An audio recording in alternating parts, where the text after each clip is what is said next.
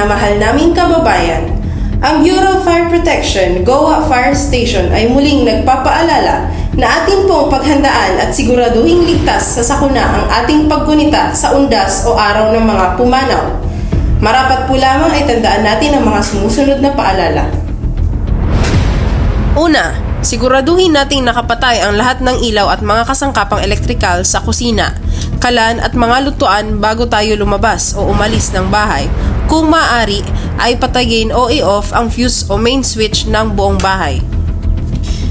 Pangalawa, linisan at tanggalin ang anumang mga bagay na naglalabas o pinagbumulan ng usok at gas na maaaring magliyab tulad ng gasolina.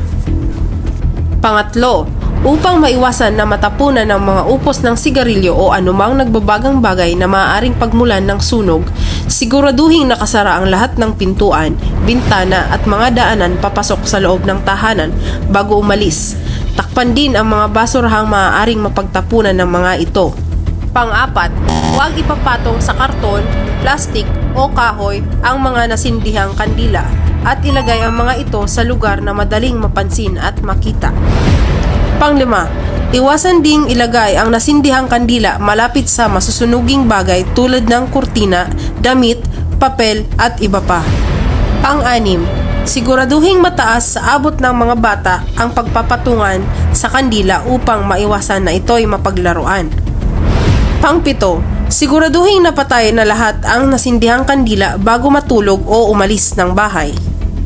At pang-walo, kung sakaling may mapansing nasusunog na bagay, agad itong apulahin kung sa palagay nyo po ay kaya nyong gawin o kaya agad itong ipagbigay alam sa pinakamalapit na tanggapan ng Bureau of Fire Protection.